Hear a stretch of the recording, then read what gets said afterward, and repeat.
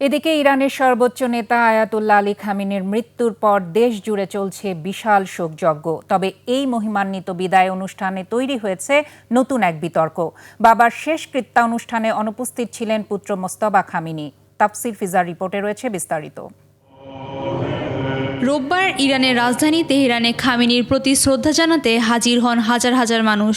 জানাজায় উপস্থিত ছিলেন খামেনির 3 ছেলে ও দেশটির প্রেসিডেন্ট মাসুদ পেজিশকিয়ান, কিন্তু উপস্থিত ছিলেন না ছেলে মোস্তফা খামেনি।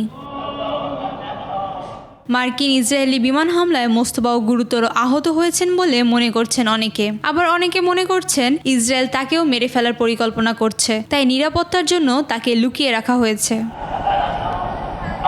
এদিকে আমেরিকা ও ইরানের মধ্যে সম্পর্ক নিয়ে নতুন করে বিতর্ক শুরু হয়েছে। মার্কিন প্রেসিডেন্ট ডোনাল্ড ট্রাম্প বলেছেন, এই শেষকৃত্যের কারণে তাদের শান্তি আলোচনা 1 সপ্তাহের জন্য বন্ধ রয়েছে।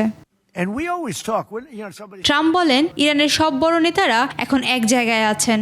আমেরিকা চাইলে এক আঘাতেই সবাইকে শেষ করে দিতে পারত, কিন্তু তা করবে না, কারণ তাহলে আলোচনা করার মতো কেউ থাকবে না। ট্রাম্প আরও বলেন, ইরানের এই কান্না ভুয়া কান্না। তাফসির ফিজা, 21 টেলিভিশন।